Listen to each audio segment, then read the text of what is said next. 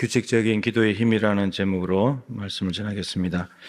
오늘 본문 말씀은 너무나 잘 아는 말씀이죠. 30일 기도학교 때 살펴보기도 했었고, 지난주가 다니엘 기도회를 하면서도 이 본문은 아니었지만 6장이 언급이 됐었죠. 기도의 사람 다니엘에 대한 이야기입니다. 다니엘은 다니엘서 1장 3절에 보면은 이스라엘 왕족 혹은 귀족 출신입니다. 그런데 주전 605년에 요야김 임금 때 바벨론의 1차 포로로 잡혀왔습니다. 포로로 잡혀왔을 때 다니엘은 1장에 보시면 소년이라고 되어 있습니다. 이 소년이라고 하는 단어가 14세에서 19세까지 쓸 수 있는 말입니다. 그러니까 20세 미만의 청소년들을 가리키는 말입니다. 그 10대 후반에 중후반에 다니엘이 이제 포로로 잡혀오게 된 거죠. 바벨론 왕이 인재를 등용할 때 뽑혀서 왕궁에 있었던 사람이 다니엘이었습니다. 근데 오늘 본문의 다니엘은 대략 나이를 계산해 보면 한 100살쯤 됩니다. 5장 31절에 보면 메대 사람 다리오가 나라를 얻었다 이렇게 되어 있거든요. 이 다리오 왕이 임금이 된 데가 주전 522년입니다. 605년에 잡혀와서 522년 때까지 있었으니까 83년의 세월이 지났잖아요. 그 10대 후반인 걸 생각하면 합치면 한 100살 정도 이렇게 됩니다. 100살인데 신임받는 총리가 되어 있었습니다. 다니엘이 100세의 노인이었지만 지혜와 총명이 있었고 깨끗하고 투명한 삶을 통해서 고위 관직을 차지했는데 곱게 볼 리가 없죠. 자국민들이 자기들이 높아져야 되는데 이 포로로 잡혀온 사람이 높아지니까 다니엘은 이제 다리오 왕은 총리로 이렇게 말하면서 하지만 사실은 6장 13절에 보면은 사로잡혀온 유다 자손 이렇게 부릅니다. 자국민들은 아직도 포로로 보는 거죠. 시기 질투하는 자국민들이 30일 동안 다리오 왕 외에 다른 신이나 사람에게 구하면 사자굴에 넣자는 법안을 발의를 했죠. 이 말은 다리오 왕을 거의 유일신처럼 높이고 떠받들지 않은 의미입니다. 근데 사실은 이 당시 페르시아 제국에서는 생각할 수 없는 일입니다. 왜냐하면 페르시아 제국의 정책이 무엇이냐면 지방의 종교를 불인정하거나 제거하는 것이 아니고 오히려 인정하고 뒷받침해 주었기 때문입니다. 다른 종교를 무시하지 않고 인정해 줬다는 말이에요. 근데 다리오 왕 혼자서 높아지게 하겠다는 것은 이 법을 입법하는 사람들이 지금 잘못하고 있는 거고 오히려 한 명을 높이는 것은 유대인들의 생각에 가까운 거죠. 유일신 사상이 있으니까요. 아무튼 이 말도 안 되는 법을 발의를 했고 그것도 어떻게 보면 다니엘 한 명 제거하려고 만든 법이잖아요. 참 저렇게 할 일이 없을까 생각이 들 정도로 한 명 제거하는 법안인데 근데 참 입법부를 통과했습니다. 그리고 왕의 도장이 찍혔죠. 제정이 되었습니다. 전국에 공포가 되면서 즉각적으로 시행이 되었습니다.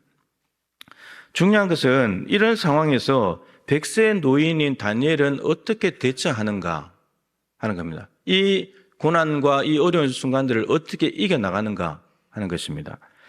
다니엘을 신임했던 다리오 왕의 찬스도 쓰지 않았습니다. 변호사도 부르지 않았습니다. 지지하는 세력들이 있겠죠. 그죠? 포로로 잡혀와서 80년 이상을 살았으니까 지지하고 따르는 세력이 있을 텐데 그들을 규합하지도 않았습니다. 어떤 힘과 무력도 동원하지 않았습니다. 그냥 전에 하던 대로 하루 3번씩 기도하는 것이 전부였습니다. 어떻게 보면 정말 아무 대책이 없어 보입니다. 자포자기를 한 것인가 아니면 따로 뭔가 믿는 구석이 있는 것인가 이렇게 생각이 들 정도인데 놀랍게도 다니엘은 이 전에 하던 대로 이 규칙적인 기도를 했는데 이 규칙적인 기도가 지금에 닥쳐온 모든 상황을 이기고 승리하는 그리스도인의 가장 적절하고 확실한 방법이었다는 것을 보여주고 있습니다. 전에 하던 대로 시간과 장소를 정해놓은 규칙적이고 습관적인 기도가 얼마나 힘이 있는지 기도학교 때나 이렇게 살펴본 것보다는 좀 더 넓게 그리고 좀 더 깊이 있게 오늘 말씀을 보려고 합니다. 자, 첫 번째, 다니엘의 이 규칙적인 기도, 전에 하던 대로 하는 기도는 어디에서 시작된 것일까요? 언제부터 시작된 것일까요? 다니엘이 태어난 시기를 아까 여러분 대충 말씀드렸는데 주전 605년에 포로로 잡혀갈 때가 소년, 20세 미만의 청소년이었다고 했습니다. 그렇다면 만이 20살이라고 잡아도 605년에 잡혀갔으니까 태어난 시기는 625년입니다. 많이 잡아도 620년대 초반이 되는 거죠. 그때 출생을 했습니다. 그런데 이 다니엘이 태어난 이 시기가 국가적으로 어떤 상황이냐, 이스라엘이 어떤 상황과 분위기에 있느냐를 살펴보면 요시야 임금이, 남유다의 요시야 임금이 통치하는 시기입니다.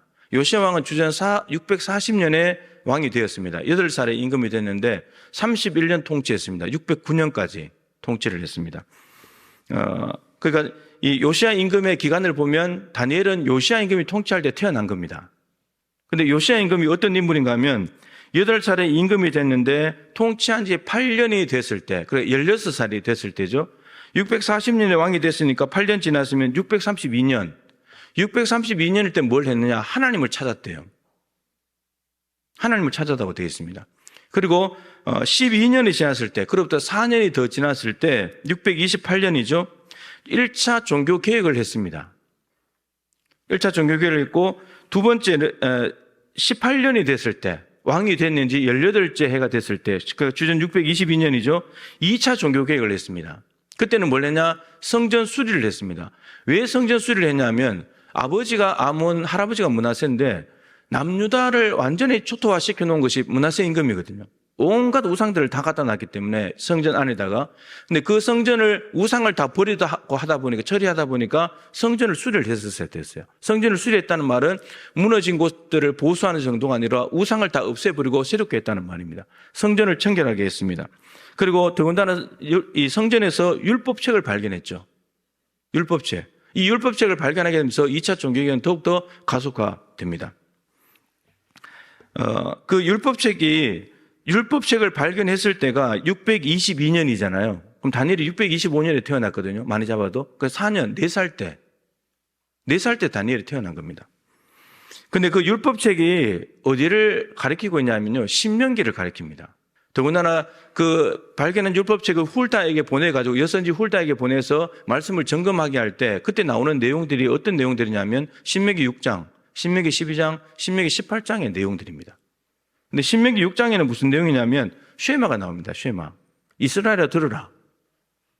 너희들은 하나님을 사랑해야 된다. 마음과 뜻과 힘을 다해서. 근데 그 하나님을 사랑하는 방법이 뭐냐면 하나님의 말씀을 아이들에게, 자녀들에게 가르쳐야 된다. 앉았을 때, 일어날 때, 집 갈 때, 누웠을 때, 길을 갈 때 눈썹에 붙이고 손목에 붙이고 항상 하나님 말씀 가지고 살게 해야 된다. 그게 하나님을 사랑하는 방법이다.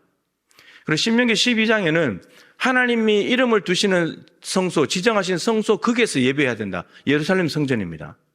그리고 28장은 뭐냐면 축복과 저주의 장이죠. 하나님 말씀에 순종하면 복을 받고 불순종하면 저주를 받는다. 근데 이 세 군데에 있는 말씀을 다 어겼기 때문에 지금 포로로 와 있다는 거예요. 다니엘이 포로로 지금 왔는 상황이고, 지금 그 요시야 임금 때 말씀을 발견했던 말씀이 그런 말씀들인 거예요. 그래서 여호야김, 므낫세 임금 때문에 나라는 어차피 망하게 돼 있었고, 요시야의 아들 요야김 때부터 이스라엘은 포로로 잡혀가기 시작합니다. 말씀에서 다 벗어나 있었기 때문에. 이 말씀을 발견했다는 거예요. 여러분 보세요. 하나님이 보시기에 선한 왕입니다. 요시야는. 그리고 다윗의 길로 걸어갔다고 돼 있어요. 여러분 최고의 찬사입니다. 하나님 보시기에 정직했고 다윗의 길로 걸어갔다는 것은 최고의 칭찬이에요. 그게 요시야 임금입니다. 우상을 제거했습니다. 아버지가 만들어 놓은 우상들을 다 제거했습니다. 성전을 깨끗하게 만들었습니다. 율법책, 말씀에 근거해서 개혁을 했습니다. 자기 생각대로 한 것이 아니고 말씀에 근거해서 잘못된 것들을 다 제거를 했습니다. 나라를 새롭게 했죠. 여러분, 더군다나 그 당시는 예레미야가 활동할 때입니다. 예레미야가 요시야 왕이 13년, 주전 627년부터 예언 활동을 했거든요. 586년 망할 때까지 40년 동안에. 여러분, 이 요시야가 무슨 말을 드리고 싶으냐면 다니엘이 태어날 때 영적인 환경은 너무 좋은 거예요. 임금이 하나님 보시기에 정직하게 살고 있고 예레미야가 활동하고, 여러분 할아버지 므낫세가 나라를 통치할 때는 선지자가 활동할 수가 없었어요. 다 죽였으니까.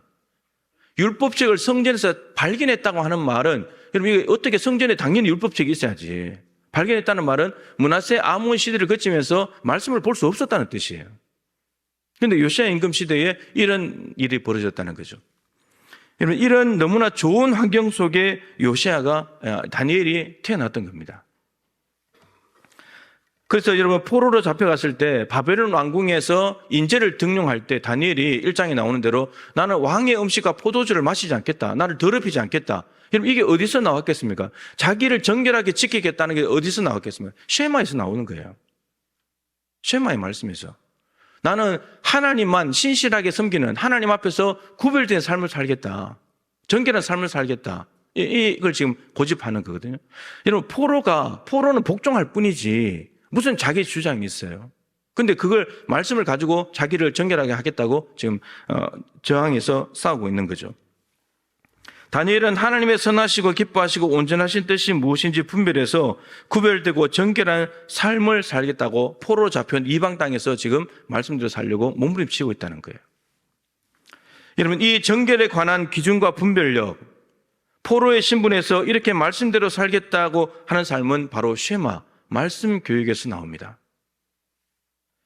밥상머리 교육이라 그러잖아요. 여러분 유대인들의 특징은 아시는 대로 2대 3대가 다 같이 한 밥상에 둘러앉아서 밥을 먹으면서 그 자리에서 교육이 이루어집니다. 그런데 그 교육이 가능했던 것이 요시야 임금 때였고 예레미야라는 선지자가 있었고 영적으로 너무나 좋은 환경이 있을 때 가능했다는 말이에요. 열왕기상 8장 47절 48절에 보면 예루살렘 성전을 짓고 난 뒤에 솔로몬이 기도하는 내용이 나옵니다. 근데 뭐라고 기도하냐면 하나님 우리가 잘못해가지고 혹시나 이방 땅에 포로로 잡혀간다 할지라도 그 이방 땅에서 예루살렘 성전을 향하여 기도한다면 하나님 거기서 비는 기도를 들어주십시오. 여러분 솔로몬이 많은 기도를 하고 난 뒤에 하나님의 영광이 오거든요. 불이 임하거든요. 이 말은 기도를 다 들으셨다는 말이고 이 기도의 약속을 하나님이 지키신다는 뜻이거든요. 근데 다니엘이 이걸 알고 있어요. 그래서 예루살렘을 향해서 하루 3번씩 기도하는 거예요. 그 약속을 알고 있기 때문에. 종합하면은 여러분 다니엘의 이 규칙적인 기도의 시작은 하나님의 말씀을 강론하는 가정에서 쉐마 교육이 일어날 때 그 현장에 있었던 거고요. 그리고 기도를 그곳에서 배우고 기도의 힘을 기르기 시작했던 거죠. 그리고 그 장소는 가정이었습니다. 그리고 더 좋았던 것은 요시야 임금이 다스리는 이 영적인 환경, 너무나 나라가 새로워진 그 당시의 환경, 이러한 것들이 다니엘을 정말 귀한 인물로 만들어냈다라고 하는 거죠. 그러면서 성전에서도 가능하게 된 거고, 그죠? 그렇게 됐습니다. 잠언 22장 6절 말씀에 보면 마땅히 행할 길을 아이에게 가르치라. 그러면 늙어도 그것을 떠나지 아니하리라. 우리 말에도 3살 버릇이 8가지 간다. 그런 말 있지 않습니까? 그래서 출생 때 너무나 좋은 환경을 가지고 있었고 어릴 때부터 배운 기도였고 그것이 100세가 되도록 더군다나 이방 땅에서 강대국이 지배하고 우상 숭배를 강요당하는 땅에서도 그 기도가 유지가 되고 있다는 거예요. 여러분 이 지도자들이 국가적으로 가정적으로 만들어내는 이 영적인 분위기는 너무너무 중요합니다. 두 번째, 규칙적인 기도를 해도 고난은 옵니다. 그러나 결국은 규칙적인 기도로 고난을 이기고 승리합니다. 그게 기도의 힘입니다. 다니엘이 100세까지 규칙적으로 기도를 했는데 정말 이게 기도의 모양만 있었는지 기도의 폼만 잡은 건지 아니면 정말 기도의 능력도 있었는지 그걸 어떻게 알 수 있나? 그것은 현장에서 점검이 됩니다. 세상 한복판에 고난의 현장에서만 검증이 가능합니다. 규칙적인 기도를 하면은 고난이 없는 것이 아니라 오히려 규칙적인 기도를 하는데 악법도 제정이 됩니다. 규칙적인 기도를 하는데 사자굴에 들어갈 처지가 됩니다. 이런 일들이 그냥 벌어집니다. 그렇다면 고난을 이겨내야 되잖아요. 어떻게 이겨낼 것인가? 그 방법은 고난을 피하고 살기 위해서 30일 기도를 멈추는 것이 아니라 오히려 더 기도하는 겁니다. 규칙적인 기도를 하지 않아도 여러분 고난은 옵니다. 세상 사람들이 고난이 없겠습니까? 고난이 있죠. 우리 기도하는 우리도 고난이 있습니다. 근데 결과가 다르죠. 기도하지 않는 사람은 고난이 오면요 원망합니다. 불평합니다. 왜 나에게 이런 고난을 주십니까? 그러면서 고난에 패배합니다. 무릎 꿇게 됩니다. 그러나 기도하는 사람은 규칙적으로 기도하는 사람은 두려워하거나 당황하지 않습니다. 여러분 오늘 다니엘이 당황하는 모습이 보입니까? 이 왕의 조서에 도장이 찍힌 걸 알고도 전에 하던 대로 너무나 태연스럽게 조금도 흐트러짐이 없이 당황하는 기색이 없이 그냥 똑같이 기도의 자리에 가는 거예요. 규칙적인 기도하는 사람은 이러한 힘이 있습니다. 절대 당황하지 않아요. 그리고 기도에 더 집중하면서 마침내 승리하게 됩니다. 이런 규칙적인 기도의 진가와 능력은 교회에서 드러나지 않습니다. 고난이 닥쳐오는 세상 한복판에서 그 진가와 능력은 발휘되고 입증됩니다. 기도는 골방에서 하죠. 그런데 골방에서 기도의 능력을 받습니다. 그런데 그 능력이 실제로 드러나는 것은 세상 한복판입니다. 여러분들은 고난의 현장, 세상 한복판에서 하나님의 능력을 경험하고 계십니까? 규칙적인 기도를 하게 됐을 때 고난을 이기고 주는 승리가 있습니다. 그 승리는 악법이 잘못됐다는 것을 입증했죠. 한 달짜리 법안이 잘못됐다. 그리고 사자굴에서 구원받았습니다. 승리했습니다. 그리고 악한 계략을 수포로 만들었죠. 그리고 자기를 죽이려고 했던 그 사람들 상황이 역전돼 버렸습니다. 그들이 다 사자굴에 들어가서 죽었습니다. 이런 승리도 너무 중요하지만 이것과는 비교도 할 수 없이 중요한 승리가 있습니다. 그것은 뭐냐면 하나님을 드러내는 것입니다. 이방 땅에서 힘과 권력자들 앞에서 우상 앞에서 하나님이 살아계시고 참 신이라는 걸 드러내는 것이 진정한 승리입니다. 다리오가 다니엘을 사자굴에 던져놓고 난 뒤에 밤새도록 잠을 못 자고 금식하고 하다가 새벽이 되자마자 얼른 쫓아갔습니다. 사자굴에. 쫓아가서 다니엘을 불렀죠. 다니엘은 너 살아있냐?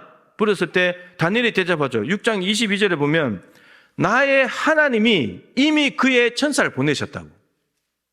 누가 보냈다고요? 다니엘이 믿는 하나님이. 여러분 주어가 분명해요. 내가 사자를 다 때려 눕혔습니다. 내가 사자 입을 다 다물게 했습니다. 발톱을 다 무용지물로 만들고 이빨 내가 다 뽑아버렸습니다. 이것이 아니고 나의 하나님께서 이미 가셔서 사자들을 다 처리해 놓으셨다고. 하나님을 드러내는 겁니다. 이게 진정한 승리예요. 그리고 더 나아가서 6장 26절 27절에 보면 다리오 왕이 조서를 내립니다. 뭐라고 내리냐면 다니엘이 섬기는 하나님이 살아계신 하나님이시다. 그분이 구원하시는 분이시고 그분은 영원하신 분이다. 그의 나라는 26절 끝에 보면 그의 나라는 멸망하지 아니할 나라이고 그의 권세는 영원무궁하시다. 다니엘을 사자굴에서 건져냈지 않냐. 다른 사람은 사자굴에서 닿으면 죽어버리는데 다니엘이 사자굴에서 어떻게 나왔는가 했더니 다니엘이 고백한 대로 내 하나님이 그렇게 했습니다. 그러니까 다리오가 하나님을 높이는 거예요. 여러분 기도하는 것이 유죄냐 무죄냐라고 하는 최후 심판자는 페르시아 자국민들, 힘과 권력의 소유자들이 아니라 하나님이시라는 것을 똑똑하게 드러냈죠. 온 누리를 다스리는 분은 하나님이시다. 분명히 드러냈습니다. 여러분 규칙적인 기도를 하다가 고난이 왔다고 해서 기도를 멈춰버리게 되면은 하나님의 살아계심, 다니엘이 믿는 하나님, 우리가 믿는 하나님을 드러내지 못합니다. 그리스도인의 삶의 목표는 하나님을 보여주는 것입니다. 다니엘이 어떤 개인적인 구원과 모함에서 벗어나고 사자굴에서 건져내받는 그 정도가 중요한 것이 아니고 하나님을 보여주는 겁니다. 그 모습을 통해서. 그렇게 했다 할지라도 내가 빠져나왔습니다. 영원케 살았습니다. 이렇게 말하면 하나님이 안 드러나는 거잖아요. 근데 자기에게 일어난 일을 가지고 하나님이 하신 일입니다. 이게 우리 그리스도인의 삶의 목표라고 하는 겁니다. 세 번째, 규칙적인 기도는 믿음을 강화시키면서 그리고 결국에는 감사의 열매를 맺게 만듭니다. 자, 오늘 본문에 전에 하던 대로 규칙적인 기도를 했던 다니엘이 마지막에 뭐라고 되어 있습니까? 하나님께 감사하였더라. 여러분, 우리는 언제 감사합니까? 문제가 해결되고 병이 낫고 고난이 벗어났을 때 감사가 나오잖아요. 문제가 아직 해결되지 않았고 병에 걸려 있고 고난 중에 있으면 감사가 안 나옵니다. 그런데 오늘 다니엘이 하나님께 감사한 시점을 보세요. 사자굴에 들어갔다가 구원받아서 나온 때가 아니고 사자굴에 들어가기도 전에 악법이 제정됐을 때 기도의 자리에서 감사가 나왔습니다. 이게 중요합니다. 어떻게 악법이 제정되었는데도 고난이 지나가지 않았는데도 목숨이 위험한데도 기도의 자리에서 감사할 수 있는가 말입니다. 그 답이 23절에 있어요. 끝에 이렇게 말하죠. 이는 다니엘이 그의 하나님을 믿음이었더라. 믿음이었더라. 여러분 기도할 때 하루 3번 전에 하던 대로 기도할 때 이미 다니엘의 마음속에는 하나님께서 사자굴에 들어가도 날 구원하실 거야, 이 믿음이 있었다는 거예요. 그러니까 10절에서 기도 마무리가 감사였다는 겁니다.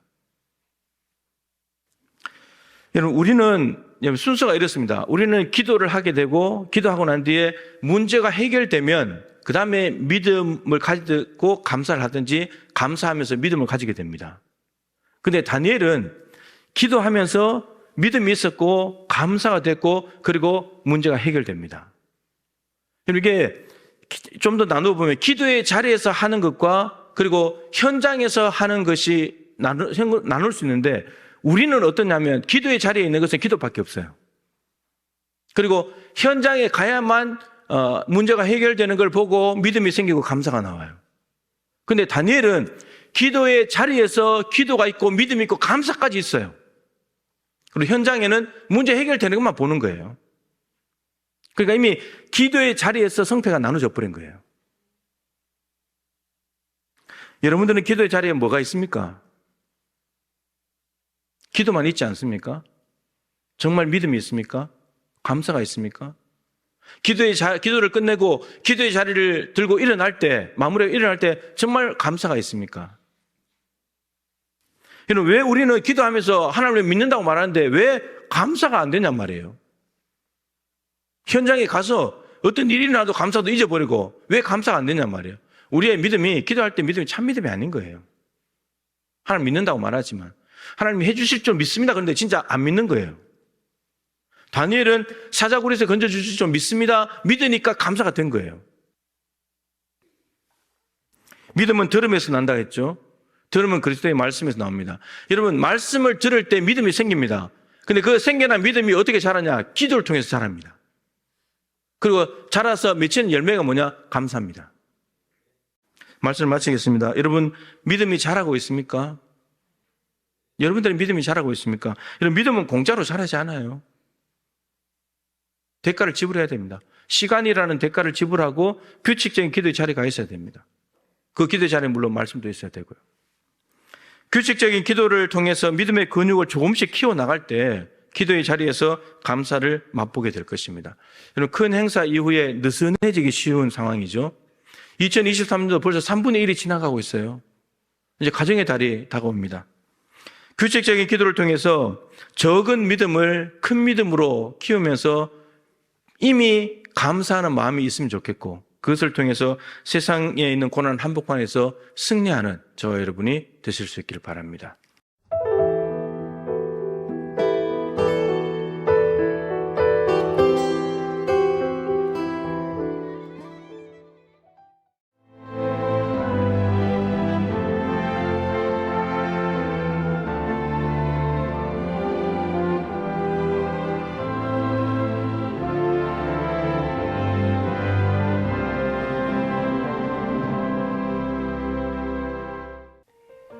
CBS를 사랑해 주시는 전남 지역 청취자 여러분, 안녕하십니까?